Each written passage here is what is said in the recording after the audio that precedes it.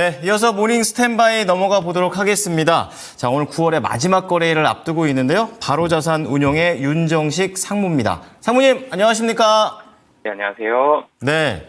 자, 뉴욕 증시가 금리 인하에 대한 그런 기대감도 있었고 또 반면에 고점에 대한 부담감도 있다라는 그런 얘기들을 보여주고 있는데요. 우리 개장 전에 어떤 부분들을 좀 체크 포인트로 보는 게 좋을까요? 네, 뉴욕 증시에서 50bp 금리 인하하고요. 마이크론 실적 잘 나왔는데 국내 증시도 그렇고 미국 증시도 그렇고 하루 환호하고 오른 이후에 좀 쉬는 모습들이 좀 나타나고 있죠. 시장의 기대보다는 좀 덜한 그런 모습들이 양 시장에 펼쳐지고 있습니다. 반도체에 대한 우려감이 줄어들었다라는 부분들은 어느 정도 완화가 되면서 반도체 우려감이 완화가 되면서 바닥권을 형성을 했고요.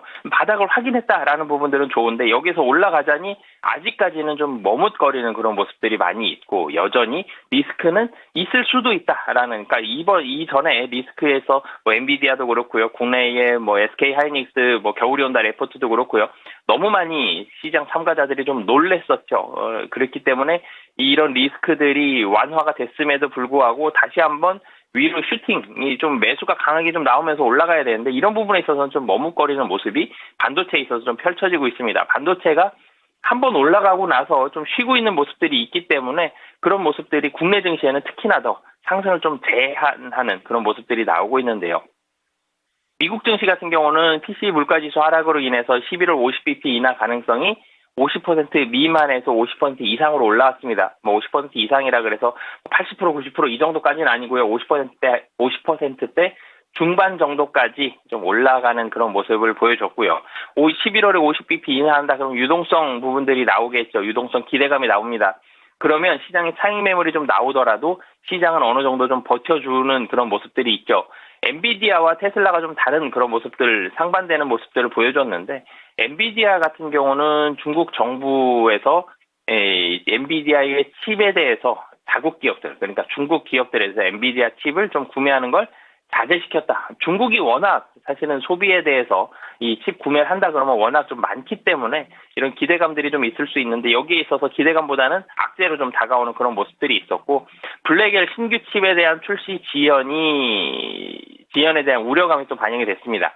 엔비디아 우려감이 줄어들었던 건 이 새로운 블랙엘 신규 블랙엘이라는 칩에 대해서 상당히 매출액이 좋을 것이다. 모건 스탠리에서 레포트를 다시 냈었죠. 그런 부분들 기대감들도 있었는데 블랙엘 신규 칩은 지연이 되면서 좀 하락을 했고 중국 정부에 대한 우려감들도 같이 작용을 하면서 엔비디아는 하락을 했습니다. 근데 테슬라 움직임들이 좀 좋죠. 테슬라 같은 경우는 중국 소비에 대해서 상당히 기대감들이 많이 늘어나고 있는 그런 모습이죠. 중국에서 경기 부양책을 내세웠죠. 경기 부양책이 소비 진작이 1번입니다. 이 소비 진작에 대한 기대감들로 테슬라 같은 경우 중국 경기 부양책이 전기차 산업에 전체적으로 긍정적인 모습을 줄 수 있고 그럼 테슬라의 전기차 인도량 증가할 가능성이 높다라는 부분들. 그리고 테슬라 같은 경우는 10월 10일 이 로보택시 관련된 행사에도 상당히 기대감이 있죠. 테슬라가 전기차이지만 자율주행에도 상당히 주목을 많이 받고 있기 때문에 이런 부분에 있어서의 이 기대감들까지 작용을 하면서 엔비디아는 좀 떨어지고 테슬라는 올라가고 반도체는 이 전체적으로 좀 우려감들이 조금 더 높은 상황이고 전기차에서는 기대감들이 좀 더 높았고 중국 관련된 전기차 종목들도 상승을 하는 그런 모습을 보여줬습니다. 국내 증시로 돌아와 보면 미국 증시보다 좀 더 아쉬운 모습이었죠. 이 시간에 제가 몇 주 동안 한 두 달 정도는 계속 외국인이 판다라는 말씀을 계속적으로 드렸던 것 같습니다. 외국인이 주로 매도를 했죠. 그런데 외국인의 이 매도가 이틀 동안 매수였어요. 목요일과 금요일 매수로 바뀌었습니다. 목요일에는 전체적인 시장의 우려감들이 줄어들면서 시장의 움직임이 좋았는데 금요일 같은 경우는 외국인이 매수했음에도 불구하고 기관이 또 차익 매물을 내보냈죠. 그러면서 시장은 외국인의 매수에도 불구하고 좀 하락하는 모습을 보여줬는데 이 매도가 차익 매물이 좀 나왔는데 이 금융투자에서 차익 매물이 나왔습니다. 외국인이 매도할 때 기관이 매수하면서 하방을 좀 막아주기도 하고요. 하락을 좀 막아주기도 하고 그리고 주가 지수 자체도 외국인이 매도한데도 지수 자체가 올라가는 경우들도 있었죠. 그런 수급 주체는 기관의 금융투자가 거의 대부분이었어요. 금융투자가 이렇게 외국인의 매도도 막아주고 시장의 상승도 만들어줄 땐 좋았는데 금융투자는 매매 속도가 사실 좀 단기적인 경우들이 좀 많거든요. 금융투자라면 이 증권사의 자체 자금, 증권사에서 자체적으로 운영하는 이런 자금들이 있는데 이 운영 자금은 상당히 좀 짧게 운영이 됩니다. 중장기적으로 펀드 자금들과는 좀 다른, ETF들과는 좀 성격이 다른 그런 모습들로 움직이는데 그렇게 잘 막아줄 땐 좋았는데 외국인이 매수하니까 여기에서는 지수 좀 올라갔죠. 이 금융투자가 매수했던 이 지수에 따른 이 주식 자금들은 수익 구간입니다. 그렇기 때문에 여기에서 차익 매물이 나오면서 지수는 좀 떨어지는 그런 모습들이 있었는데 상방을 사실 좀 제한할 것으로 보여집니다. 하방도 잘 막아줬는데 상방도 제한하는 자금이 좀 기관이 될 자금들이 당분간은 좀 있다라는 점. 그렇기 때문에 금융투자의 매도 물량들을 당분간은 좀 잘 살펴봐야 되겠습니다. 이 외국인과 기관이 SK 하이닉스에 대해서는 매매가 좀 혼조되었는데 삼성전자는 같이 좀 매도를 했다라는 점, 외국인은 삼성전자 계속적으로 좀 매도를 하고 있다라는 점, 이런 부분들이 시장 전체는 외국인이 매수를 했음에도 불구하고 삼성전자 매도했다라는 점이 좀 특징적이고요. 그리고 헬스케어 종목들에 대한 매도가 좀 거셉니다. 사실 헬스케어가 같이 가져야 되거든요. 반도체와 헬스케어가 같이 움직여야 됩니다. 그렇지 못한다라면 시장은 정체되어 있을 수밖에 없는데 헬스케어 같은 경우는 뭔가 악재를 만났다라기보다는 최근 들어서 좀 많이 올랐었고 이제는 헬스케어도 뭐 나쁜 건 아닙니다만 다른 종목들에 대한 매력도가 좀 더 높이 보이죠. 중국에서 경기 부양체가 하기 때문에 중국 관련주들도 최근 들어서 매력 있어 보이고 반도체도 우려감이 많이 줄어들었기 때문에 반도체도 매력 있어 보이는데 헬스케어는 수익이 좀 낮죠. 많이 최근 들어 주가가 많이 올라갔습니다. 여기에서 차익 실현 매물을 내보내야 되겠다. 차익 실현을 좀 실현해야 되겠다라는 욕구들이 나왔기 때문에 헬스케어 같은 경우는 차익 매물이 좀 나오면서 하락을 좀 주도하는 그런 모습들이 헬스케어 섹터 쪽으로 해서 나타났다라고 보시면 되겠고요. 지수가 전체적으로 올라가기 위해서는 이제는 모멘텀을 찾아야 됩니다. 지금 고용에 대해서 이번 주에 2일과 4일 날 고용 지표들이 좀 나오게 되는데 이 고용 지표들은 당연히 좀 잘 나와야 되죠. 그런데 이 고용 지표 말고도 추가적인 모멘텀이 좀 필요한 상황이다. 반도체에 대해서 마이크론 실적이 잘 나왔죠. 향후에 대한 전망치도 잘 나왔습니다. 이 정도의 모멘텀, 특정 기업들에 대한 모멘텀보다는 시장 전체적으로 좀 끌어올릴 수 있는 유동성이 잘 풀려서 시장의 유동성이 좀 풍부하다. 그런데 앞으로도 유동성도 계속 풀릴 가능성이 좀 높다. 이런 식으로 시장을 좀 움직여줄 수 있는 그런 모멘텀들이 좀 필요한 상황입니다. 그런 모멘텀이 좀 없다라면 특히 국내 증시 같은 경우는 이 금융투자가 중심이 된 기관의 차익 실현 매물이 계속적으로 좀 나오면서 지수 자체는 좀 정체되어 있을 가능성이 좀 높다라고 보시면 되겠습니다. 자, 그럼 국외적인 부분과 국내적인 부분을 쭉 들어보니까 그렇다면 무풍지대잖아요. 10월 초에는 방어 전략으로 접근해야 됩니까? 예, 사실 방어 전략은 항상 필요하죠. 근데 방어 전략, 무게 중심을 봤을 때 가운데 중립에서 방어냐 사실 조금 더 공격적이냐라는 부분들을 봤을 땐 그래도 조금 완전히 공격적이다라기보다는 그래 조금은 공격적으로 가시는 게 그래도 좋을 것 같습니다. 추가적인 상승을 위해서는 제가 모멘텀이 필요하다라는 말씀을 드렸었죠. 근데 모멘텀도 필요한데 근데 하방으로 갈 가능성보다는 그래도 상방 가능성이 여전히 좀 높기 때문에 이 방어적인 전략들 충분히 필요합니다. 많이 떨어졌던 종목들 그리고 이 경기 방어주 그리고 밸류업 관련된 종목들 이런 종목들 당연히 포트에 있어야 되긴 하겠지만 그래도 비중 자체가 너무 방어적인 종목들이 상당히 많다라기보다는 방어적인 종목보다는 그래도 공격적으로 조금 더 상방에 가까운 그런 종목들을 조금 더 담으시는 게 그래도 10월 달에 유동성 또 풀릴 거고 11월 금리 인하 하죠. 25bp냐 50bp냐 이런 부분들이기 때문에 유동성이 풀린다라는 쪽에 포커스를 그래도 맞추셔서 조금은 공격적으로 기울어져서 시장 대응하시는 게 좋을 것 같습니다. 네. 자, 모멘텀은 필요하지만 조금 더 공격에 가까운 전략이다라고 말씀을 해 주셨습니다. 자, 그렇다면 모닝 관심주 들어가 보겠습니다. 첫 번째 키워드는요? 네, 중국 경기 부양책 이 반등인가라는 부분에 포커스를 맞춰서 말씀드리도록 하겠습니다. 네, 중국 당국에서 돈을 푸니까 확실히 전 글로벌적으로 영향을 미치는 모습들이 나오고 있습니다. 어떠한 관점으로 볼까요? 네, 중국이 경기 부양책을 그동안 안 내놨던 건 아닌데요. 이번에는 반응이 좀 다릅니다. 상당히 적극적으로 반응이 좀 나오는 그런 모습들을 보여주는데요. 시장에서 상당히 긍정적이죠. 주가가 급등하는 그런 모습들 많이 보여줬는데 24일하고 26일에 재정 정책들, 통화 정책들이 좀 발표가 됐습니다. 우선 중국에서 어떤 정책들이 나왔는지부터 좀 살펴보면 통화정책 9월 24일에 지준율을 0.5%포인트 인하했습니다. 상업은행을 통해서 1조 위안, 우리나라 돈으로 따지면 189조 원 정도 되거든요. 자본금 확충을 지원을 했고요. 금리도 1.7에서 1.5%로 인하할 것으로 발표를 했는데요. 뭐 지준율도 떨어졌고 금리도 떨어졌습니다. 유동성이 풀리죠. 뭐 국내로 따지면 한 0.5% 정도 이상을 좀 금리를 인하한 효과가 통화 정책으로 좀 나타났다라고 보시면 되겠고요. 그리고 26일 사실 이 정책이 좀 더 큽니다. 시진핑 정권 최초로 직접적인 재정 투입 정책을 시작을 했거든요. 직접 돈을 주는 정책, 국내에선 했지만 이 중국에서는 이런 직접적인 자금을 돈을 주는 이런 정책을 시진핑 정부에서는 한 번도 안 했었거든요. 어떻게 보면은 사실 자존심을 좀 더 지켜보겠다. 사실 이 정책이 나쁘다는 건 아니지만 직접적으로 주는 것보다는 전체적인 경기 전체를 내가 이렇게 돈을 주지 않고도 살릴 수 있다라는 이런 자신감들이 있었는데 경기가 잘 안 살아나죠. 성장률 5% 맞춰야 되는데 힘든 그런 상황이었기 때문에 사실 마음이 좀 급합니다. 상당히 많은 돈을, 자금을 좀 지원을 했었는데 4,514만 명 저소득층에 대해서 현금 지원을 했습니다. 60만 원 정도씩 지원을 했고 중산층에 대해서 소비 쿠폰을 지급을 했습니다.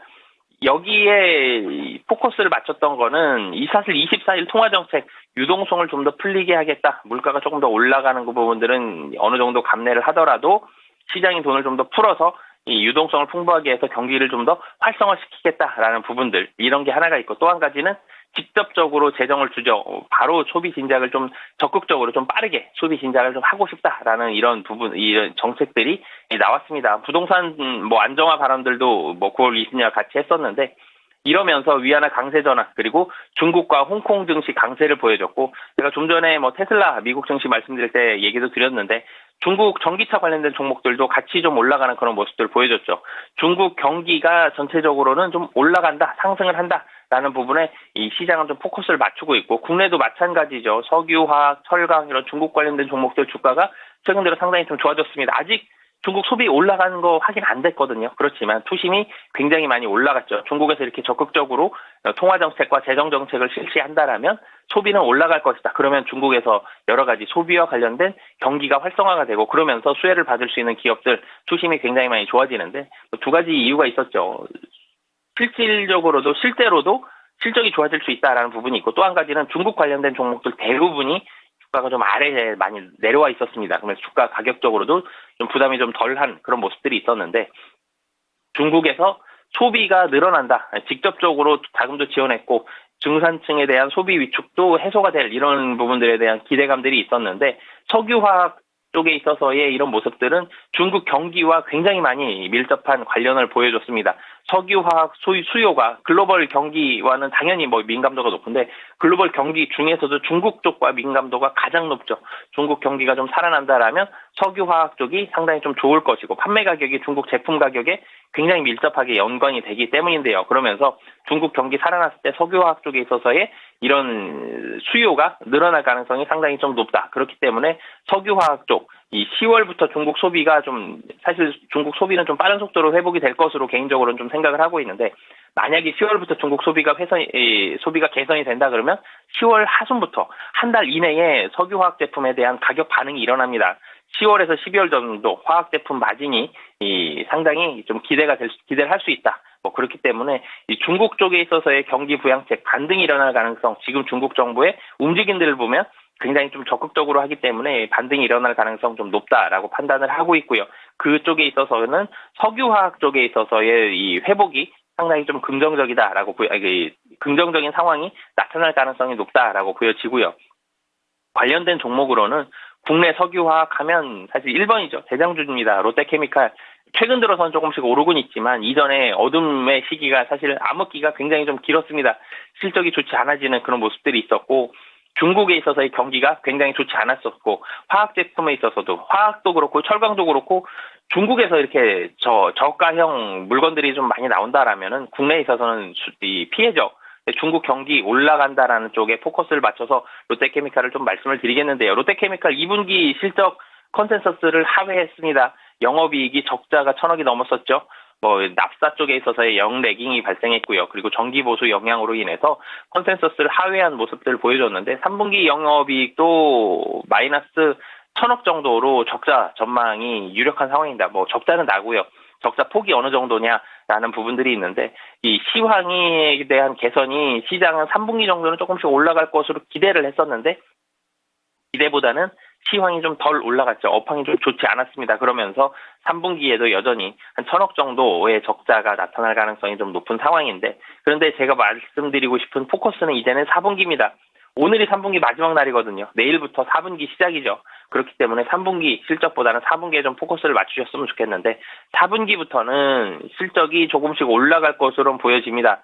이 하반기 점진적인 실적 개선 전체적으로는 이 중국에 있어서의 경기 부양책이 나올 가능성이 높고 3분기까지 워낙 좀 좋지 않았습니다. 기저효과도 나타날 가능성이 좀 높기 때문에 하반기 실적 개선 나타날 가능성이 높고 주주환원 책에 대해서도 뭐 중간 배당 DPS 한 1,000원 정도를 실시했습니다. 뭐 그러면서 이 주주환원 책에 대해서도 지금 대기업들은 대부분 주주환원 책의 포커스를 상당히 좀 많이 경쟁적으로 맞추고 있죠. 이런 부분들도 기대가 되기 때문에 롯데케미칼 관련주로 뭐 관심을 갖고 보시면 좋을 것 같습니다. 네, 말씀해 주셨던 대로 롯데케미칼은 이제 상승에 대한 그런 움직임들, 이런 낌새들이 보이는 것 같습니다. 11% 급등했었는데요. 목표가 어떻게 잡을까요?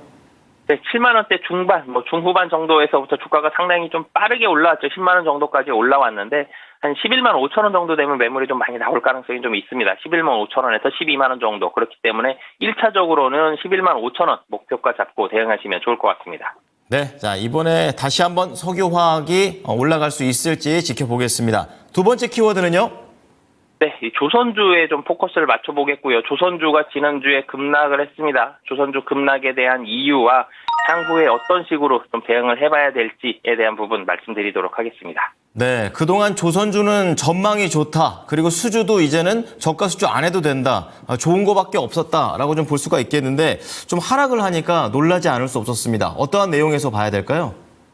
네, 이 조선주에 대한 부분들 우려감들이 사실 별로 없었거든요. 피크아웃 우려감 정도였었는데 지난주 금요일 날 조선주가 상당히 좀 많이 하락하는 그런 모습들을 보여줬습니다. 이 조선주가 왜 하락을 했는지를 사실 이유를 먼저 좀 살펴봐야 되는데 조선주 하락에 대한 이유 뭐 살펴보면 사실 뭐 이 우려감들 사실 급락을 할 때 뭐 어떤 부분이지라고 생각은 많이 했었습니다. 후보들 중에 하나가 뭐 HD 현대와 한화가 입찰 경쟁하던 이런 부분들이 있었는데 여기에 대한 우려감들이 있었던 거냐 아니면 현대제철이 제소한 중국산 후판에 대한 반덤핑 조사 이런 부분들이 뭐 우려감들이 들어가는 거냐 이런 부분들이 있었는데 이거는 이렇게 급락까지 나타나면서 조선주들 전체적으로 주가를 끌어내는 이런 이유까지는 좀 아니었을 것으로 보여지고요.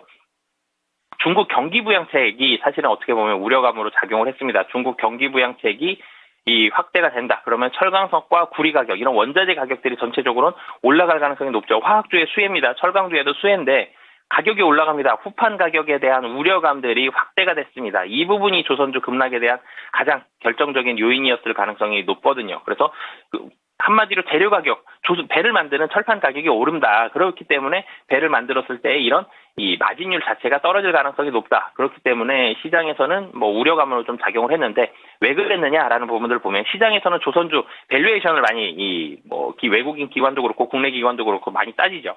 조선주에 대한 밸류에이션 기준점이 저 25년, 26년도에 대한 이 실적을 기준으로 밸류에이션을 올려주고 있었거든요. 26년까지 실적 좋기 때문에 올라간다. 그런데 지금 이 공급 가격, 원재료 가격이 올라갔을 때 마진율이 떨어지기 때문에 26년까지 실적 좋기만 할 것으로 생각을 하고 계속 샀는데, 여기서 그럼 마진율이 떨어질 가능성이 높은 거 아니냐? 이런 부분들이 있었는데, 지금은 근데 사실 이전과는 좀 다르다라고 보시면 되겠습니다.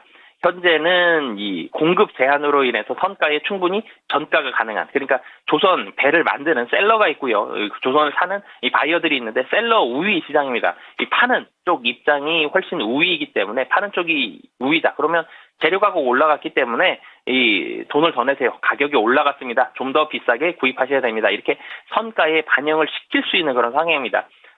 판매자 우위의 시장이기 때문에 지금 조선은 이 도크가 다 차 있는 상태죠. 26년 말까지 물량이 모두 다 차 있기 때문에 기다리는 사람들이 좀 많습니다. 그렇기 때문에 가격을 내린다기보다는 가격을 훨씬 더 올릴 수 있는 그런 상황이기 때문에 후판 가격이 올라간다. 그러면 신조선과 지수도 당연히 올라가게 되겠죠. 배 가격이 올라간다. 그렇기 때문에 조선주들 물론 안 올라가는 게 좀 더 좋습니다만 올라가더라도 실적에 미칠 수 있는 영향은 상당히 좀 제한적일 가능성이 높다라고 보시면 되겠습니다. 관련주로는 뭐 짧게 삼성중공업 좀 말씀을 드리겠는데 삼성중공업 사실 이 시간에도 말씀을 드렸습니다. 수주 잔고가 좋습니다. 3분기에 노조 이슈도 잘 넘어갔고요. 수주 잔고가 상당히 좀 높기 때문에 고부가 가치 위주로 대응을 합니다. 양적, 질적 성장이 지속적으로 이루어진다라는 부분들 포인트로 보시면 되겠습니다. 자, 그렇다면 금요일에 하락이 오히려 기회가 될 것으로 보입니다. 목표가는요? 네, 금요일 날 굉장히 좀 크게 떨어졌죠. 6% 정도 하락을 하면서 10,000원대 초반까지 떨어졌습니다. 목표가 11,500원. 사실 이전 고점은 12,000원 좀 넘어갔는데 11,500원 정도 잡고 대응하시면 좋을 것 같습니다. 자, 마지막으로 상무님의 관심주 핵심만 들어보겠습니다. 네, 아모레퍼시픽 좀 말씀을 드리겠는데요. 이 아모레퍼시픽 같은 경우 사실 실적이 좋지 않았습니다. 실적이 좋지 않으면서 이 주가가 많이 떨어졌었는데 이 실적이 이제 빠른 속도로 개선이 된다라는 부분들 포인트로 맞추시면 될 것 같고요. 특히 중국 쪽에 있어서 포인트를 맞춰서 중국 쪽 실적이 빠른 속도로 올라간다라고 보시면 되겠습니다. 네. 자, 그럼 아모레퍼시픽은 상방 어디까지 볼까요? 네, 우선 지금 152,000원 정도입니다. 여기서 한 10% 정도 해서 167,000원 정도 목표가 잡고 대응하시면 좋을 것 같습니다. 네. 자, 오늘 모닝 관심주 3가지 종목 공개가 됐습니다. 하나씩 정리를 좀 해드릴게요. 자, 첫 번째는 중국의 경기 부양책 효과를 한번 보자라는 관점에서 석유화학입니다. 정말 오랜만이죠. 대장주 롯데케미칼이고요. 목표가 11만 5천 원 제시를 하셨습니다. 자, 두 번째는 조선 쪽이 되겠습니다. 여전히 이 공급자 우위 시장은 지속이 될 것이고 질적인 그리고 양적인 수주가 계속될 거라는 관점에서 11,500원 제시를 해주셨고 삼성중공업입니다.